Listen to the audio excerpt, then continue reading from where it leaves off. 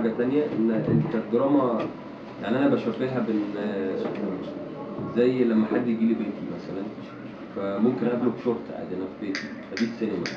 انما لما هاجي اروح للناس بيوتها لازم اكون قد هذه الزياره، ان انا اكون لابس لبس مناسب. فانا اخترنا الموضوع بناء على هذا الموضوع، على الاساس ده، ان يبقى العمل يليق بكل اسره مصريه، يليق بكل مراحل عمريه موجوده.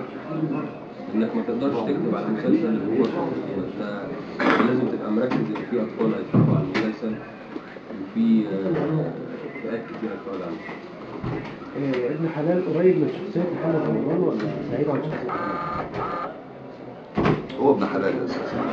وانا يعني في طبعا في تشابه في المصريه، ان هو حبيشه ده مصري انا مصري. شاب مكافح جه من اقصى الصعيد باحثا عن قوت يومه، بيصرف على امه واخته. بيدخل في مشاكل كتير، بيتهم في جريمه قتل، بيحاول يثبت براءته. دي بتتوالى الاحداث يعني عشان ما ينفعش احرق المسلسل. انت قلت في التكريم، كنا لو تفتكر حضرتك في الاي ار تي ان انتوا هتشوفوا محمد رمضان شكل تاني وحاجة تانية.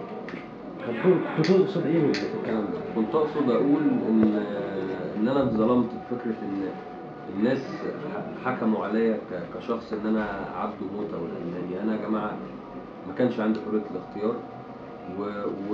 وبعدين السينما ليها معايير مختلفه. يعني انا في الاخر لو عملت فيلم خد جوائز الدنيا وما جابش فلوس مفيش منتج هيشغلني.